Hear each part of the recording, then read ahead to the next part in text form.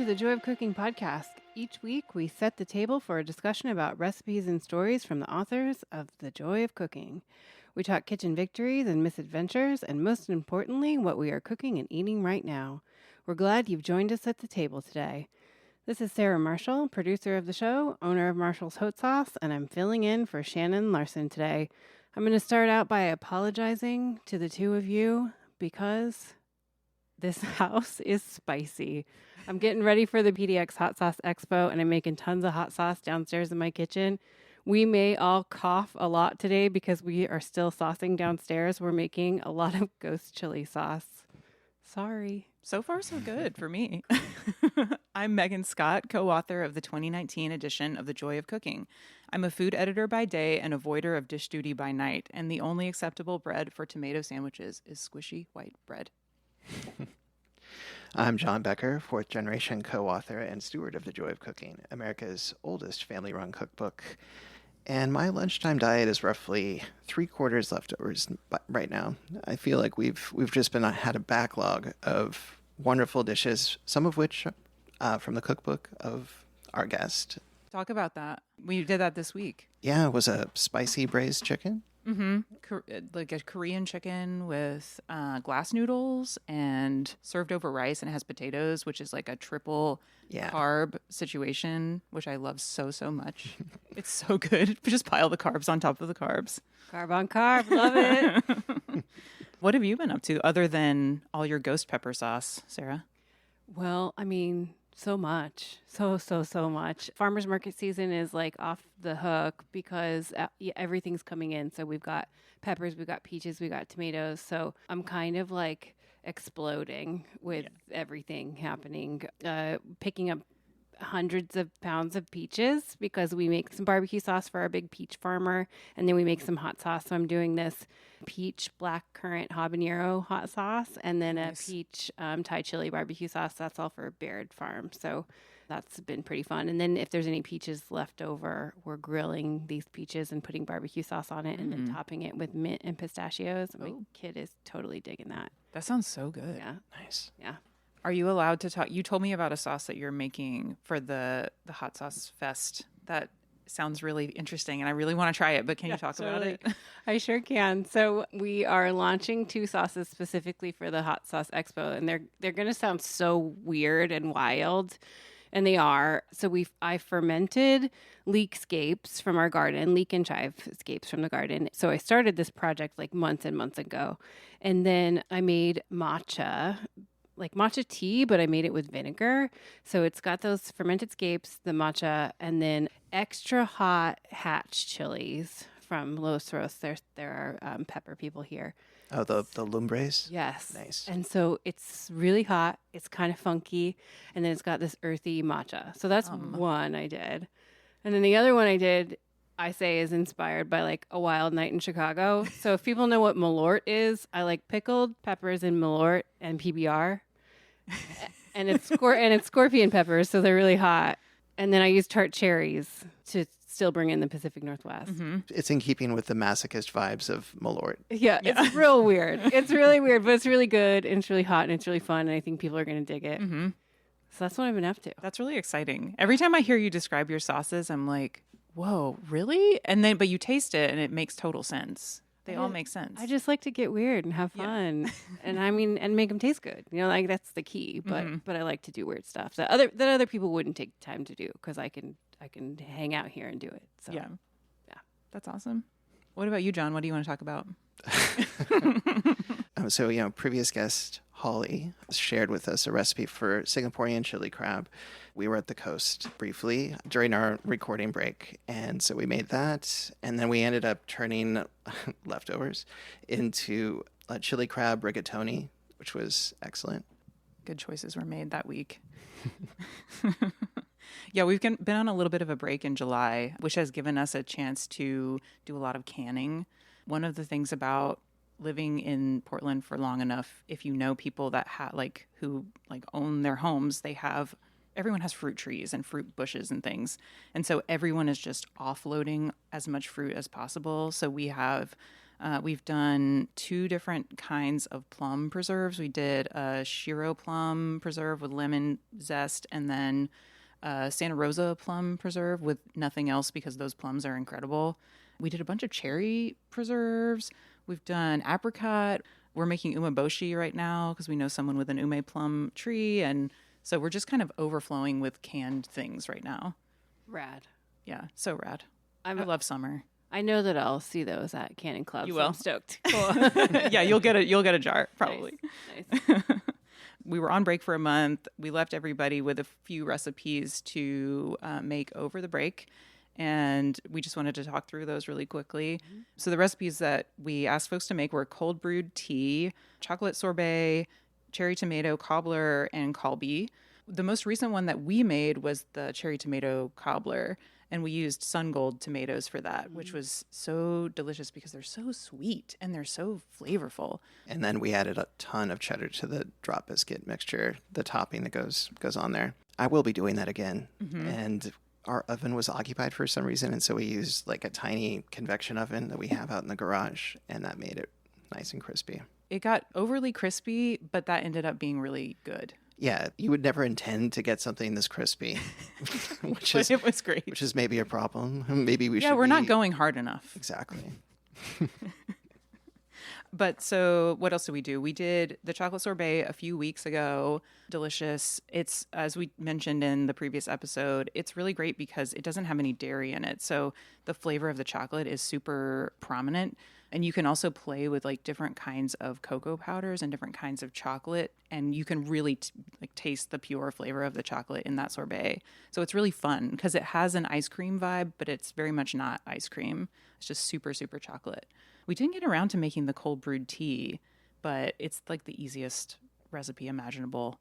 So yeah, thanks for everybody who cooked along with us this summer. There's going to be more Joy Scouts recipes to come. We have a really fun one for today. But before we get into all that, I would really like to welcome our guest this week, Roy Choi, to the table. Roy Choi was born in Seoul, Korea, and raised in Los Angeles, California. He's known as one of the architects of the modern food truck movement through Kogi Barbecue by merging food and social media with community and honoring the street food culture that laid the path before him. He is the host of the civic-minded Emmy Award-winning series Broken Bread and the co-host of The Chef Show with Jon Favreau. In 2010, Food and Wine magazine named him Best New Chef. He was named one of Time magazine's 100 most influential people in the world in 2016. That's wild. And in 2017, his restaurant local in Watts received the first ever LA Times Restaurant of the Year award. He resides in Los Angeles, where he is a voice and advocate for street food culture, past, present, and future, and the co-owner, co-founder, and chef of Kogi Barbecue, Chago, best friend, and the chef truck at Park MGM Las Vegas. His newest cookbook, The Choi of Cooking, flavor-packed, rule-breaking recipes for a delicious life, was published in April 2025. Welcome to the show. That is quite a bio. Yeah, that's a mouthful. That's the new recipe for the joy of cooking. Wow, this is awesome. I love being here with you guys, seeing you guys. I feel like I want to be your friend. I know. Forever. We wish you were here in the room hanging with us. Yeah, we want to be your friend too. The angle of the camera makes me feel like I'm the fourth at this bridge table. That's how we want it to be. Oh, this is really nice. And watching you guys talk in the beginning is like, I don't know. I just felt like I want to be a part of this. This is amazing. We wanted this podcast to feel like a bunch of friends just hanging out at a dinner table, sitting around after the food has been eaten, and we're just kind of shooting the breeze. And I feel like we do that. I feel that's what it feels like to me. It was really warm. It was like what I needed today. I don't know if it reminded me of the scene of like, you remember in the movie Say Anything, like when John Cusack's character is watching Ione Skye and her father talk, and he's like, I never like that with anybody, and I never have conversations like that with anybody, and that's how I felt watching you guys talk. That's awesome. That's so good. Anyways. Love that. Well, welcome, and I have to get this out of the way because it's kind of funny and fun. But so your cookbook, The Choi of Cooking, I love the title, and it's kind of funny because our publisher reached out to us when your book was coming out and was like, hey, we're thinking of sending a cease and desist about this book title. And I was like, oh, no. Like, we're having him on our podcast. It's fine. Don't do it. That's the elephant in the room. Let's get that out of the way. 'Cause, the title is a true homage. I just want you guys to know that. And when we came up with the title was an 11th hour decision. There was a whole other title for the book, and everyone hated it, but they were too scared to tell me they hated it. No. So everyone for like months, from the publisher to my co-authors to everyone, they were tiptoeing around, how do we tell Roy that this title sucks? And then I don't know what they did behind closed doors, but they finally got it together to where they came to me and they presented to me how bad the title was. And they said, we need a title. And then so they pressed me to come up with a new title. And then it was one of those situations where if I'm forced to do something, I can never come out with anything. And then so I was put in a corner, and then I was like coming up with all these horrible names. And then finally, when I got to the point where I said, screw it, like screw them all, we're going with this title, then this name came out. Mm-hmm. It kind of like, it encapsulated everything that the book was becoming, which was like kind of like all the years of my cooking finally coming together into this one book. So this was, and then I got made fun of for my name rhyming my whole life, and finally this was a chance to like harness the power of my name. Mm-hmm. And it just, everything came together. Like the first cookbook my mother brought home, because we're an immigrant family, so we never really cooked non-Korean food. And every time my mom attempted to, she tried, because she wanted to do something different for us. So the first thing she did was bring home this book and said, I'm going to cook from this book every day. And we're like, no, Mom, it's okay. You don't have to. Your food's just fine. And then the funny thing is she can't read English. So she would open this book and start acting like she was reading the recipes. But it all ended up tasting like Korean food. It didn't matter if it was lasagna or chicken cacciatore or like chicken Posole or anything. It would all end up tasting like Korean food. But it was like her attempt to try. So there's a lot of memories of it. So anyways, the name meant so much to me, and it was an homage. And it was the first book I started cooking out of. So there's so many places that this book, your book, met me in my life. I became a country club chef in my first management job. It was a job that no chef would like ever like admit to, but it was like a small country club. All the recipes that the members, because it was kind of an older country club, and I had a wonderful 2 years there, but it was like older, like 60 and older. So a lot of the recipes that the members would bring me would be clip outs from The Joy of Cooking or Sunset Magazine. I didn't know if they were insulting me or just like helping me, but they kept saying, Roy, why don't you try making the turkey this way or cooking the steak this way? And they would hand me the recipes. But again, that was another moment that your book entered my life. So I'm glad you didn't send the cease and desist. I was so surprised because I was expecting the whole, like when we were writing the book, to get a cease and desist. We never got it. So, and meeting you guys, I understand why. You guys are wonderful. If you were any less than who you are, maybe someone would have sent it. Can I ask what the sucky title was that got hacked? What was the title going to be? I don't even remember it now, but I will ask Claire if you could see if Natasha remembers what the original title was. We'll send it to you guys. Okay. I don't even remember. It was that bad. That must have been challenging to get the guests at the country club, giving you advice or, handing you recipes. No, I mean, I was so young. It was a job I was like not prepared for yet. I was just a cook that got a chef job. And so I was open to anything, to be honest. And it was it was like what I needed in my life at that time, because I was a little bit cocky as a cook, because cooks are cocky. Like, it's a little bit of a competition sport as a young cook. It's something that it comes with the territory. Like at culinary school, you're competing. Then when you get to high functioning kitchens, you're kind of competing to get ahead in the brigade system. And you're always kind of showing off what you know. Like if you know 1 gram of information more than the next cook, you're kind of showing off. And it's like it's a bit of that, and a little bit of I think the confidence and cockiness is what gets you through the brutalness of a service.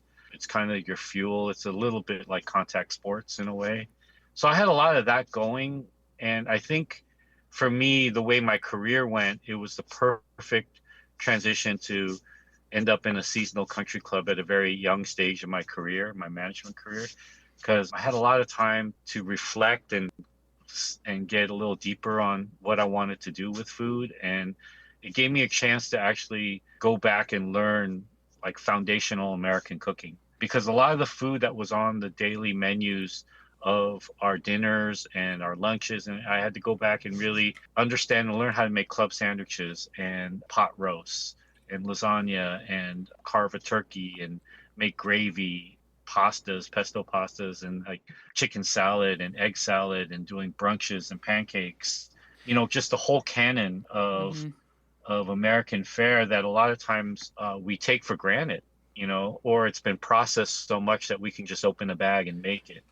There's a pesto sauce that's in the Choi of cooking. Yeah, Is that from that era of your career, or? it was influenced from that, and it's been adapted, and it's a hybrid, but the soul and the root of it is from that for sure. But I had a chance because it was seasonal. There were about 3 months where I was just alone in the kitchen. So it was really, and I'm not just pulling your leg, it was the joy of cooking and the Japchae technique. I would just go back and read all of those again, and the Betty Crocker cookbook.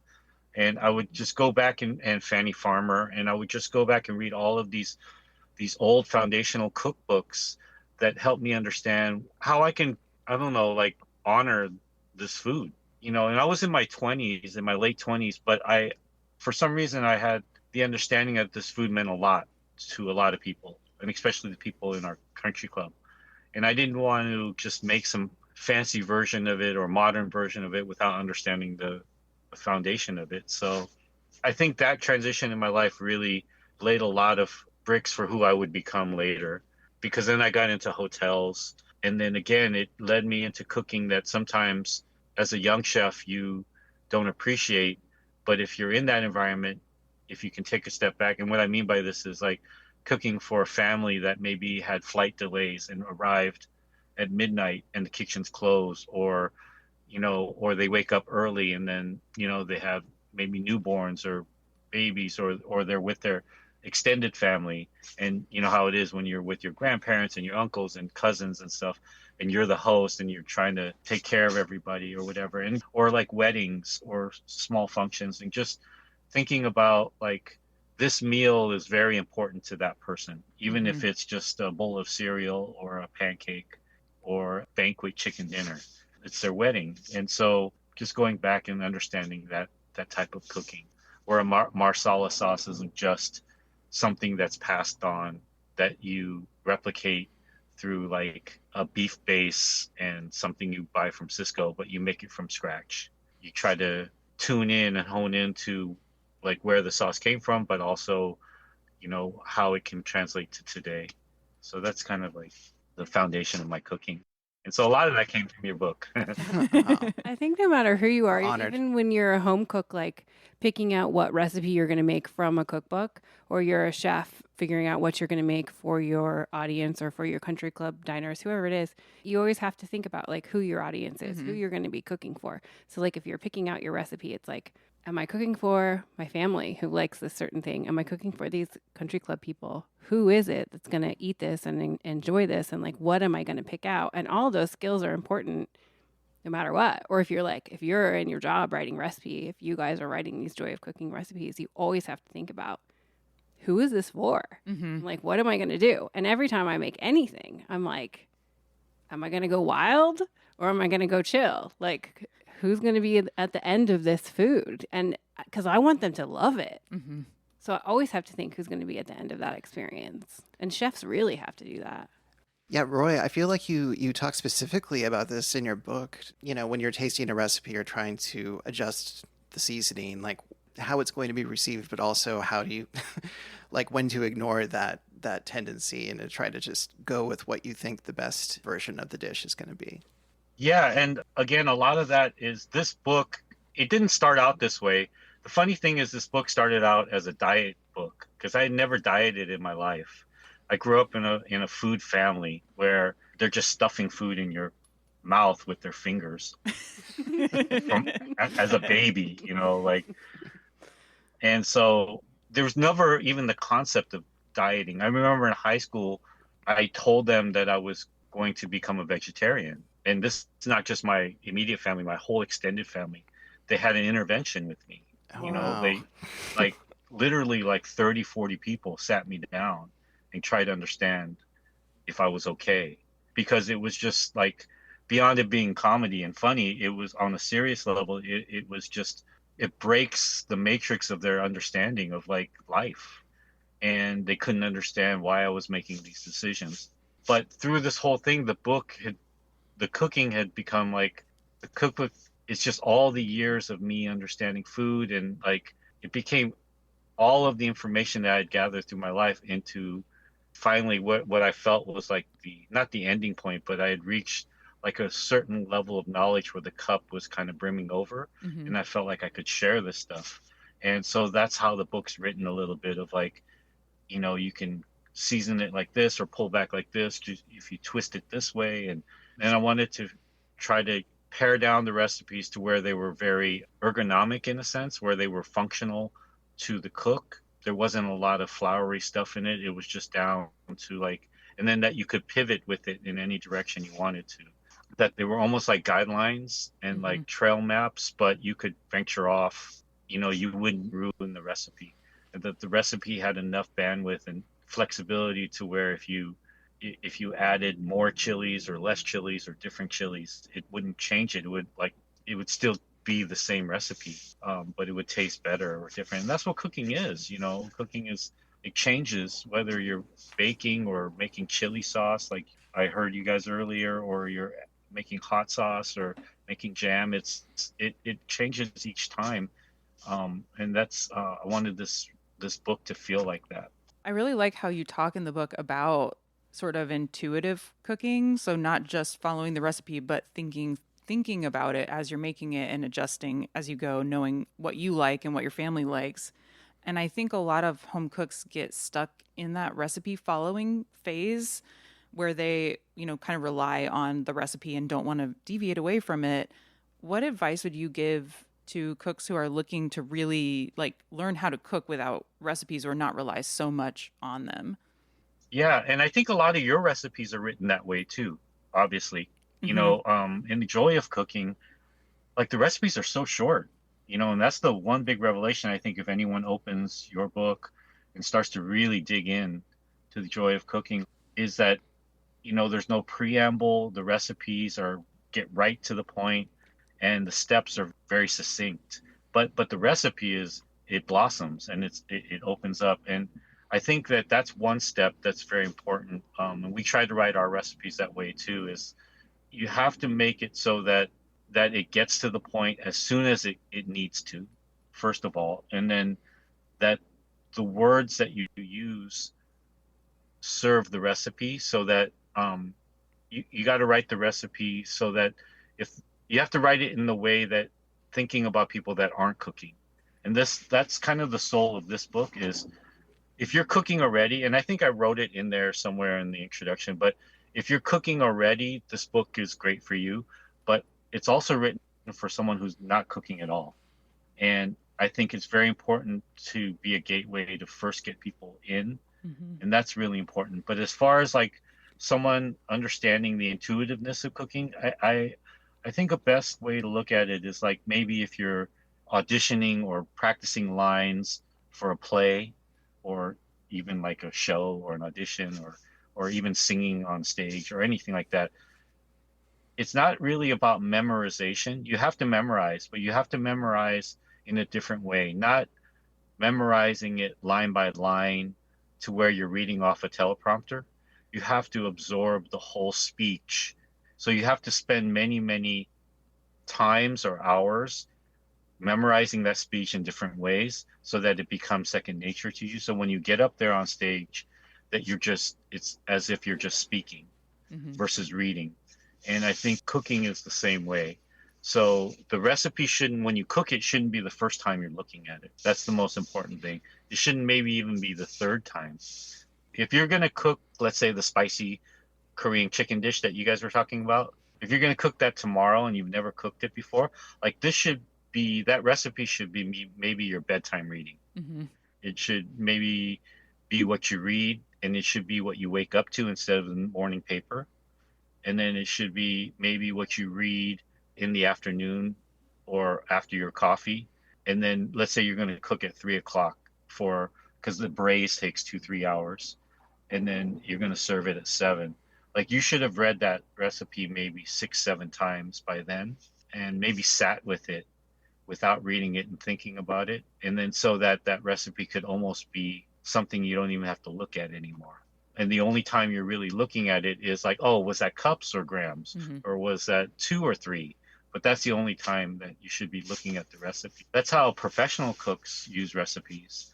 That's how I think, a lot of moms use recipes. Mm-hmm. That's how my mom used recipes. Mine too. She was never really following a recipe. She maybe used the recipe again as like a reference point, but she was freestyling and playing jazz in between. Mm-hmm. And I think that's really important. I love recipes that are like that, where you can really tweak them a lot. Like I'm not as much into the recipe where the head note says, now you have to follow this recipe exactly if you want the best version of this thing. And it's like, well, I understand that for some things. Like I think, I don't know, like if you're making macaron or something where the recipe is really exact and you have to do that to get it right. But otherwise, I want to be like, let me go, let me free. I want to do my own thing. Yeah, I think that would only apply in situations like baking Mm-hmm. or scientific cooking, maybe some molecular stuff, or if you're doing, something very intricate from the Noma cookbook or something like that, and your purpose is trying to recreate the dish, then maybe that Yeah. is the case. But yeah, most recipes should allow for I think for that balance for sure. And I think the more you cook and the more you Yes. cook dishes that over and over, the better you get at that. And the easier it is to just do it. And you can it becomes, I always tell people this too with canning, it becomes like more meditative, and it's Mhm. like, it's more of a relaxation thing and less of stress. And I think Yes. that when you mention like home cooks and moms being able to do that, it becomes less stressful to cook at home the more you do it and the more you dig it instead of thinking of it as something stressful. Yeah, that's all muscle memory, Yeah. And you have to build that muscle memory. But then the question is, what if you don't cook as much to build that muscle memory? Because in the modern world now, like people aren't cooking as much as they should be, I think. And hopefully certain things can move it back to where we're cooking more. But we have to consider, it's not because they don't want to cook, but just the traps of society don't Mhm. allow us to cook as much. But we have to write recipes that pull people in, even if this is they're only cooking once a quarter or twice a year. I think it's still important that you write recipes where if this is the only shot you have to convince someone that cooking is great, it has to feel fun for them too, Mhm. and the recipe has to pull them in so that they feel a little bit in control. Because again, I think if the recipe's too difficult, and if the recipe is written just to prove from the recipe writer how much of a genius they are, then it defeats the purpose of what we're trying to do, which Mhm. is getting people to cook more. Yeah, I kind of think of it as a generous recipe. Like recipes should be generous, and they should invite people in and be clear in their language and not use a lot of like technical words that maybe aren't so clear. Yeah, I love thinking about it in the language of like generosity. I think I really changed how I wrote recipes. At first I wanted to like teach people things they didn't know. So I was like, I want to teach people like stuff they would never do, and I would write these really complicated things cuz I was like, I want them to like do this rad stuff. But then like nobody would do them. Right. And so then I was like, no, I'm going about this all wrong. I got to write things that people are so easy for people but come out really cool, but they're like 5 steps, 5 ingredients, and they do it, and then they're like, this is so rad, I'm going to do this every day. But it took me a long time to figure that out. Mm-hmm. Yeah. But now that's my approach. I think there are two, going back for this podcast, I was doing a little bit of research and going back through the book again, your book, and going through recipes. And then I've landed on like the Korean section a little bit. Mm-hmm. And I think what you just said, there's a great example of that in like two of your recipes, the Korean green onion pancake and the japchae. And it's about like really breaking down the barriers for people because those are two items that may be foreign to someone. But the way the recipes are written, it feels so approachable. And it's also culturally correct. Like I loved how you guys separated each vegetable in the japchae. That's like really important in japchae. People think it's stir fry where you're just throwing everything in together. But the important thing about japchae is that you cook each vegetable separately and then fold them together. Otherwise, it becomes a muted mess. Mm-hmm. But then the way the recipe is written is just written like an American recipe, and it just feels so approachable.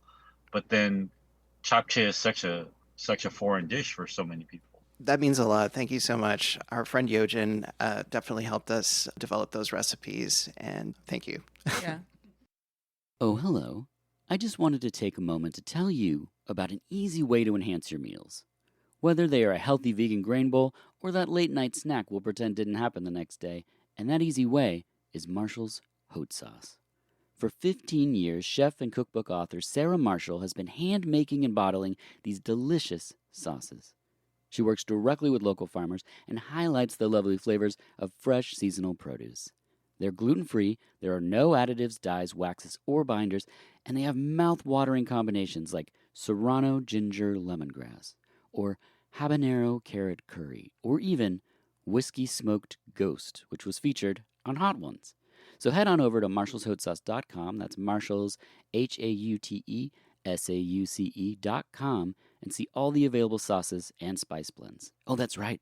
Sarah's created spice packets by dehydrating and freeze-drying actual produce, so you can impart flavor to your food with more vegetables. But that's a story for another day. Find all of these delicious creations at marshallshotsauce.com and enter HOTJOY, that's one word, capital H, AUTE, capital JOY, one word, at checkout for 20% off. That's HOTJOY at checkout for 20% off. And now, back to the show. So at the beginning of The Choi of Cooking, there's a page where you have your guiding lights written out. And something that jumped out at me right away was that, you mentioned like love, kindness, generosity, fun, care, happiness in those guiding lights. There just seemed to be so much love and so much joy in what you were saying. And your whole book is infused with that feeling of like fun and joy.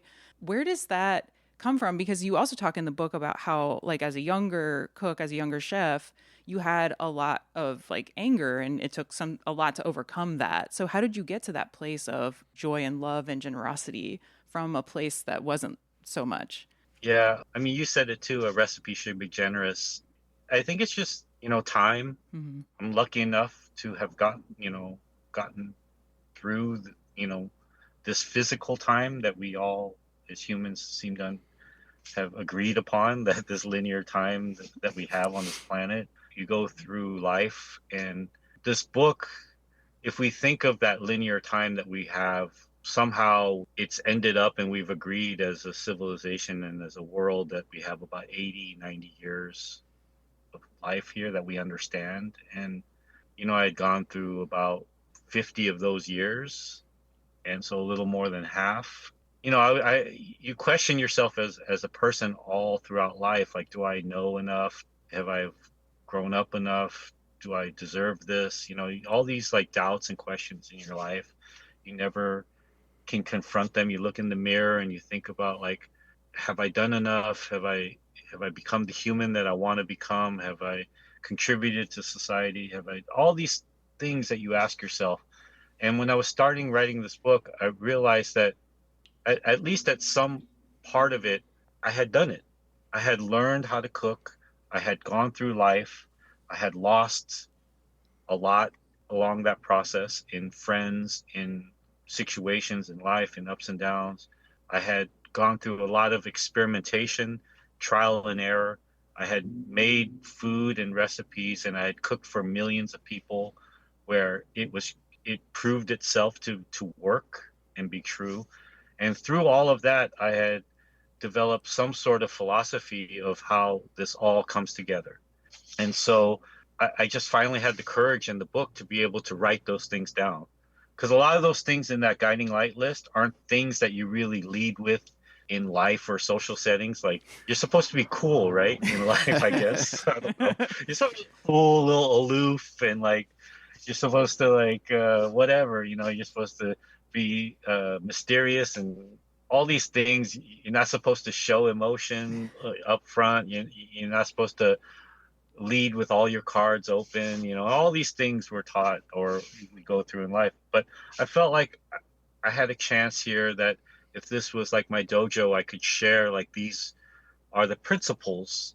I see it in like Brazilian jiu-jitsu, which is the most like physical dominating, like aggressive thing that can be, but the guiding lights of Brazilian jiu-jitsu are similar to the guiding lights of this. They're all about like balance and understanding and caring for someone's situation and diverting, changing power and force and energy. And so I felt like these are things that I could lead with. I could say, in this safe space, I could say, these things are the things that allowed Kogi to happen, allowed the food truck movement, modern food truck movement to happen, that really paved the way for social media within food to evolve. And these are the things that allowed it to happen is being generous, being kind. Because those things that happened in 2008, 2009 with Kogi, they wouldn't have happened if we were strictly just a business. I think Kogi was a magical thing that happened because we were extremely generous and kind with our food. We kept our prices as low as we possibly could. The company itself became like a lost leader. We didn't create the company to become profitable. The company evolved into something where it became a gateway for people to experience food. And then there are a lot of chefs who started eating Kogi in high school. I continue to hear the story. I just experienced the story recently with some chefs here in LA where they started eating Kogi in high school when they were just knuckleheads and looking for trying to figure out what they were going to do, and they didn't understand. They didn't even know about good food in their life or in their world. It's just fast food and chips and Jolly Ranchers, and Kogi opened up something within them, and it opened up a career or a world that they never even would have been exposed to. And then that led them to kitchens, and now they're running some of the best kitchens in Los Angeles. But Kogi, those things, that's just one example, but things like that would have never happened if Kogi was just a business.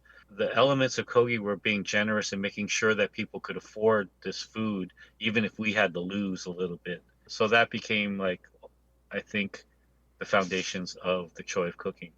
The way that we wrote this book was, I imagined like, could this book be something like if someone found it in a thrift store like 300 years from now? Like if they opened this book, one, could the recipe still be delicious? That was really important. And then two is like, if you read this, could like this still apply to anyone's life anywhere? And that's kind of how I wanted to write this book. It was a bit of a martial arts philosophy.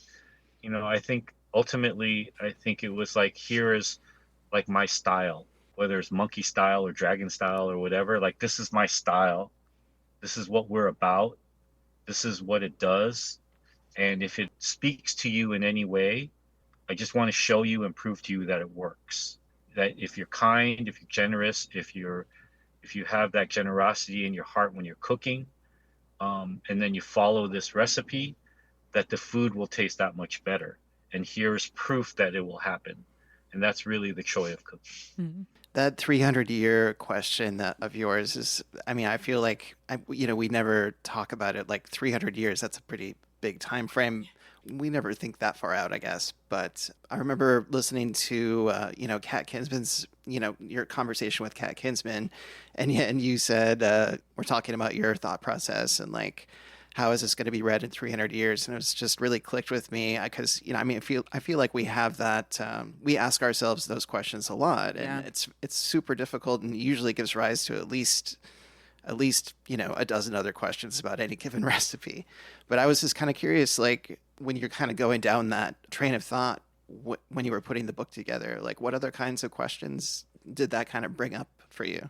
Yeah, I mean, it hasn't even been 300 years since the Escoffier, which is crazy, right? And while those recipes, are still very solid, but you still have to make adjustments to them in order for them to make sense now. I just wanted to believe when we wrote the book that if it's delicious for us right now, why wouldn't it be delicious for someone 300 years from now? And I don't know if the food of like the 18th century France, if it was just the lack of ingredients or the development of society, but the food, like, you can't just translate like early bicentennial recipes or French cooking from the 17th century and it just without changing a thing and it still be absolutely like delicious. You have to make a few adjustments still, I think. But I wanted these recipes like when you make that spicy chicken stew, for example, like that shit is bomb, like it's so good right now. Absolutely. Like we can look at each other and acknowledge like this is like so good right now, 2025, and even going back if we go back 40 years to like when we were born, like it would have still been good back then. But so like why wouldn't it still be good 300 years from now? So that was like really important in writing it. I think another thing that was really important in writing the book was, again, looking at your guys' book, to be honest, like could it stand the test of time? Not 300 years, but the recipes to me were like a journal for life. This was literally, what's the best way I could put it? I think the concept of the book was like if I had trekked 1,000 miles to meet you and I was completely exhausted and I fell on your doorstep and I was like, this is everything I know in life at this point. That was kind of like the way that I approached the book as a writer.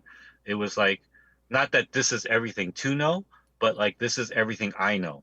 And I may be the dumbest person on the planet or I may be somewhere in between, but I'm just telling you that this is everything I know. And I wrote it down and here you go. And it was kind of like I was emptying my well of everything that I had learned and put together and put it into this book.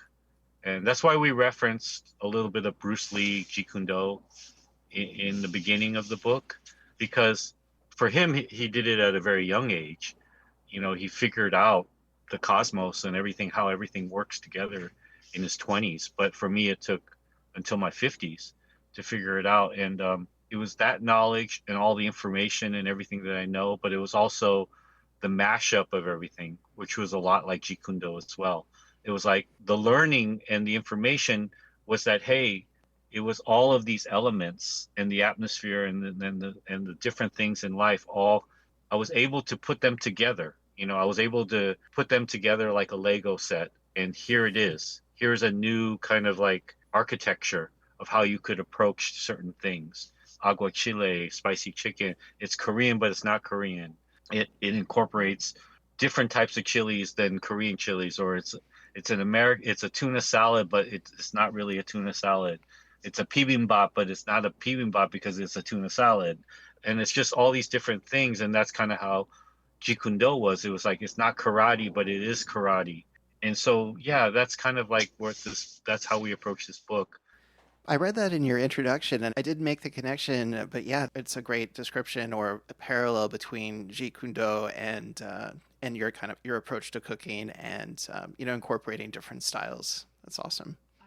Yeah, it was the different styles. I feel like I watch you two do that same thing as you live your life. You gather all this information from your family, from your friends, you watch people, and you want to put all of the information into the joy of cooking. You want to put every recipe and everything you taste and experience into the next version. And you're always thinking about it and you're always wanting it to be better. And every single experience that you have, you're thinking about the next version of the joy of cooking and what you're going to tell people and how you're going to make it better.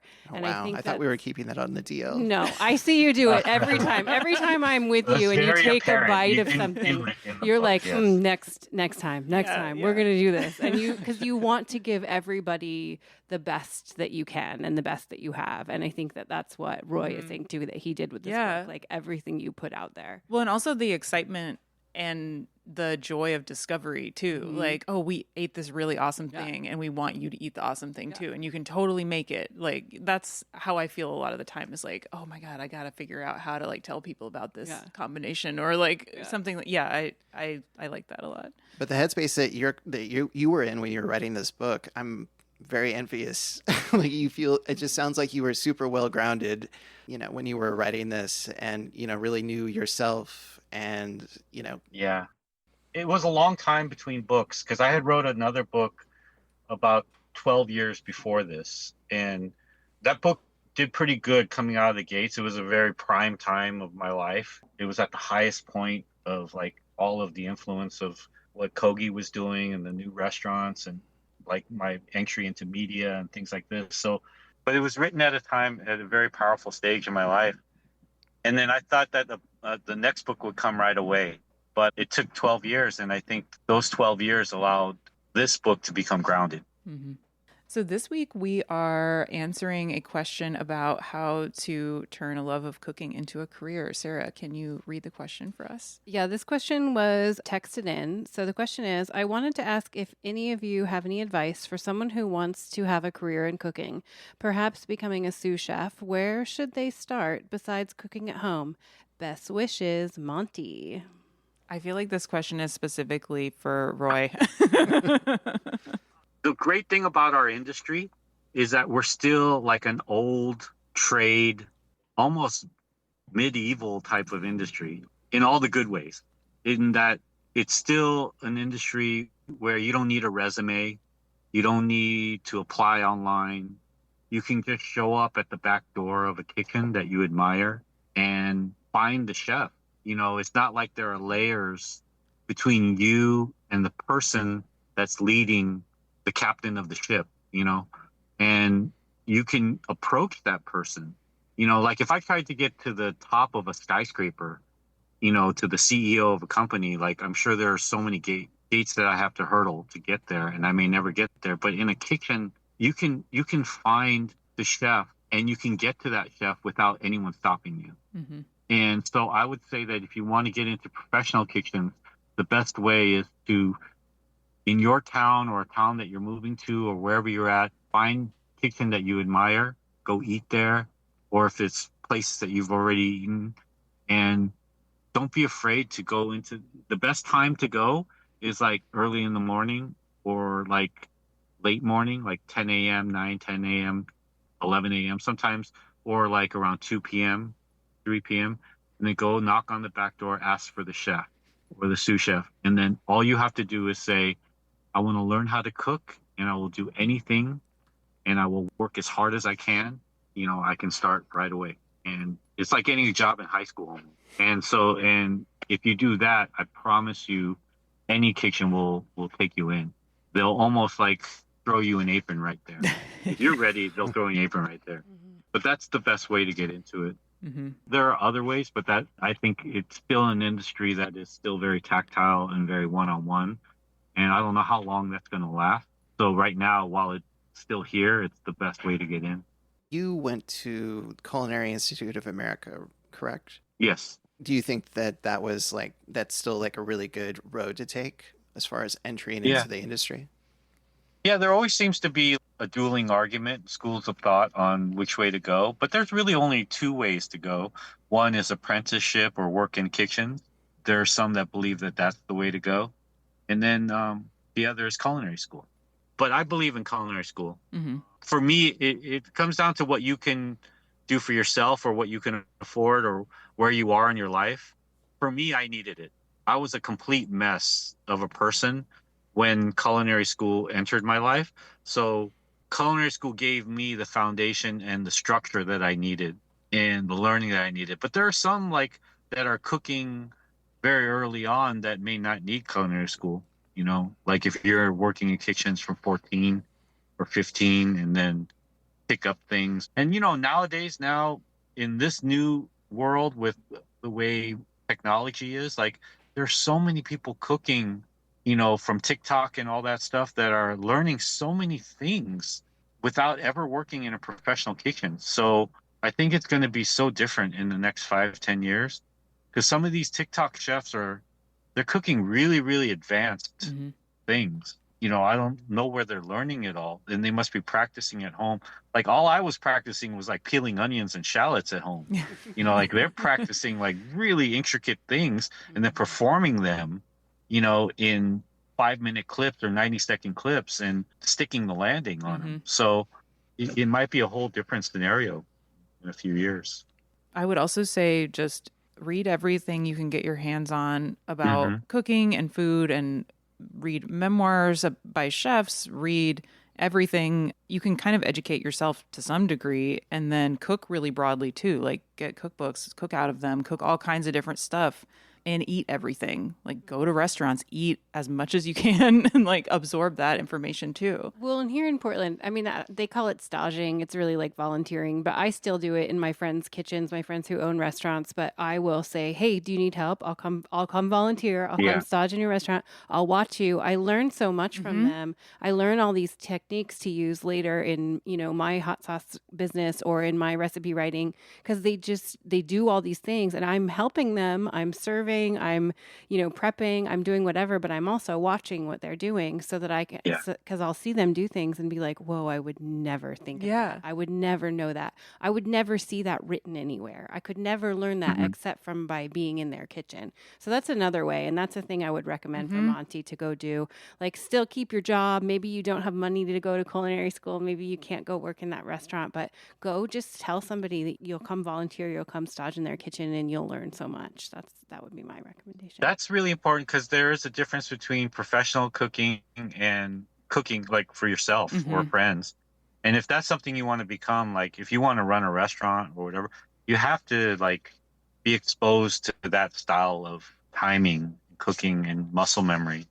But nowadays you could also like throw pop-ups, you know, or sell sandwiches on Instagram or whatever, and that can give you muscle memory too. But you have to be able to cook in volume, which is different than home cooking.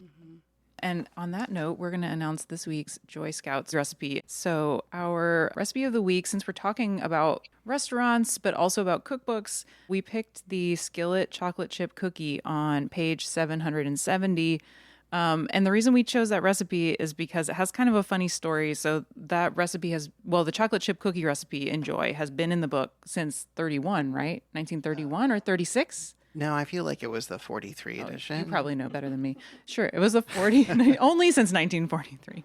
So it's been in the book for a really long time. And it was actually, when it was put in the book, the head note was kind of funny because chocolate chips were a fairly recent invention. And so the head note said something about, you know, using this new kind of chocolate that's available just for chocolate chip cookies. But so it's been in there forever. There was a restaurant in Portland called Ned Ludd, and they... R.I.P., baby. I know, R.I.P. It was great. But they cooked everything in a wood oven. And they had a Skillet chocolate chip cookie on their menu, and it was fantastic. And they served it with like a little tumbler of milk that you would pour into the skillet, and it would get it was still like really hot, so it would get soft and like that delicious milky chocolate chip cookie flavor. Yeah, a nice like caramelized bottom and still kind of gooey on the top. But we found out, I think we read an article interviewed the chef of that restaurant, and he said that his recipe was adapted from the Joy of Cooking's chocolate chip cookie recipe. So cool. So then we added a Skillet chocolate chip cookie to the last edition of the book. It's just the chocolate chip cookie recipe, but made in a skillet. So we didn't really adapt it at all, but it's so good.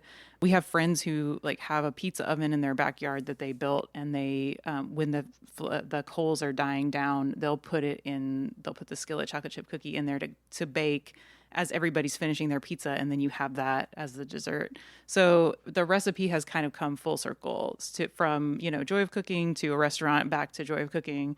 in a different format. So that recipe is on page 770. If you want to cook that, we would love to see your results. Please post them on Instagram and tag us at The Joy of Cooking, or you can tag us. We're also on Blue Sky, The Joy of Cooking on Blue Sky, or is it Joy of Cooking? That's a really good question. I'm not sure what our handle is right off the top. Okay, well, just find us on. You can find us. The logo, we have the same logo. I can put everywhere. it in the show notes. Perfect. If you have a topic, ingredient, or joy story to share, call our hotline at 503-395-8858. Leave us a message or send us a text. We would love to hear from you. And next week's topic comes from our caller. Oh, this one, they left a message. This is for the Joy of Cooking podcast. Hi, my name's Mackenzie, and I was wondering if you can give us some more tips on writing. So writing tips, recipe writing tips, food writing tips, also just writing tips in general. That would be a great subject for a podcast. Thank you so much. Bye. Oh, I'm calling from Stuttgart, Germany. Nice. We will talk about writing, recipe writing, and food writing next week. And we talked a little bit about recipe writing today, so that works out too. Done. Yeah, done. Exactly. What is everybody thinking about cooking this week? Sarah? We have a bunch of sun gold tomatoes growing in the backyard. So tonight, Dirk's going to he found a recipe for some orzo with sun gold tomatoes. It's kind of like a spin on a caprese type thing. So that's what we got going on after this. Roy, are you cooking anything? I wasn't thinking about it, but I'm looking at your shirt. I'm thinking about cooking hummus. There you go. Yeah, I've got my kid's been into shish kebabs lately. Oh, so yum. yeah, chicken kebabs. So I think I'll cook some hummus and kebab. Oh, nice. I do have a shirt on that says hummus, hummus, hummus, hummus, hummus. 5 times. It worked. Yeah, it works. I'm mostly thinking about, this is just like the best time of year here for produce. Like the produce is kind of crazy right now. It's tomatoes and melons and peppers and peaches and plums and just all the delicious things That don't need to be cooked. that don't need to be cooked at all. So a lot of tomato sandwiches, just eating melons. We were going to make a few pizzas because we have some dough just waiting in the freezer. So we're going to thaw out some dough. Maybe, Do a peach and corn and taleggio situation. right. Yes. Yeah. There's a wonderful pizza place here called Lovely's 50/50. And The this is, best. yeah. So good. So good. This time of year, they do a peach pizza that I think we're going to use that as inspiration. And Roy, before we wrap, where can listeners follow you? I'm Chef Roy Choi on all social media, and I have restaurants in Vegas. I have Best Friend Restaurant and the Chef Truck, and then in LA you can find the Kogi Truck, or you can find me walking the streets. Thanks for listening to the Joy of Cooking podcast. Before we go, show some love for your favorite podcast by subscribing to the show and leaving us a review. Follow us at joyofcooking.substack.com and on Instagram at thejoyofcooking. Stay tuned for next week where we will tackle food writing. And don't forget to make this week's recipe, the Skillet chocolate chip cookie, on page 770. Call in with questions, hopes, history, or where you find joy in the kitchen. Our number is 503-395-8858. That's 503-395-8858. And we couldn't do this without our fantastic team at Joy of Creation Production House. Thanks to my brother Dave Drusky, our production coordinator, Haley Bowers, our audio engineer, and today's producer, Dirk Marshall. And thanks for being our guest, Roy. It was great to have you on the show today. Thank you. If you love the stories we bring you each week, please consider supporting us on Patreon. As an independent media company, your support is absolutely essential. It allows us to continue creating high-quality professional episodes that amplify the voices of women, small business owners, writers, artists, and creatives, and keep their stories free from commercial pressure. By becoming a Patreon member, you're not just supporting us, you're investing in the future of independent media. Please visit patreon.com/thejoy of creation production house to join our community today. Thank you for listening and supporting our podcast dreams.